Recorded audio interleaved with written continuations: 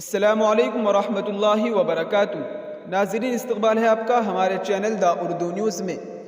شہریت ترمیمی قانون یعنی CAA کو لے کر ملک میں سیاست ایک بار پھر تیز ہو گئی ہے۔ جبکہ لوک سبھا انتخابات بھی قریب ہے، وزیر داخلہ امت شاہ نے ایک بار پھر لوک سبھا میں واضح کر دیا ہے کہ انتخابات سے پہلے ہی CAA کو لاگو کیا جائے گا۔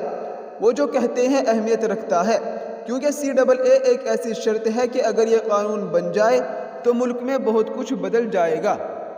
اب ایک سوال ہر کسی کے ذہن میں آ رہا ہے کہ BJP انتخابات سے عین قبل اس ایشو کو کیوں ہوا دے رہی ہے؟ اچانک اس ایشو کو اتنا بڑا بنانے کی کوشش کیوں کر رہی ہے؟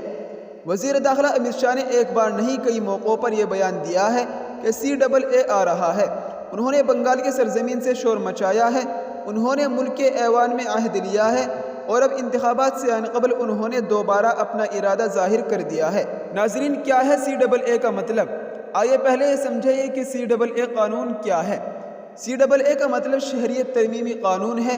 اگر یہ قانون بن جاتا ہے تو 3 مسلم ممالک یعنی پاکستان، افغانستان اور بنگلہ دیش میں رہنے والے ہندو، سکھ، عیسائی، جین، بدھ اور پارسی آسانی سے ہندوستانی شہریت حاصل کر سکتے ہیں۔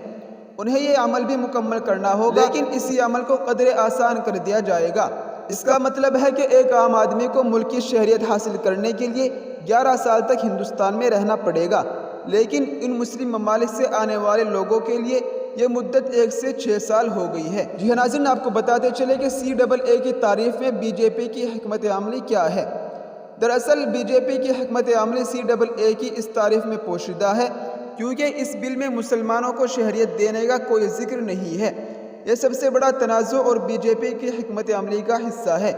اب یہ بات مشہور ہے کہ BJP ہندوتوا کی سیاست کرتی ہے، لیکن اس کی سیاست کا دائرہ CAA ہے۔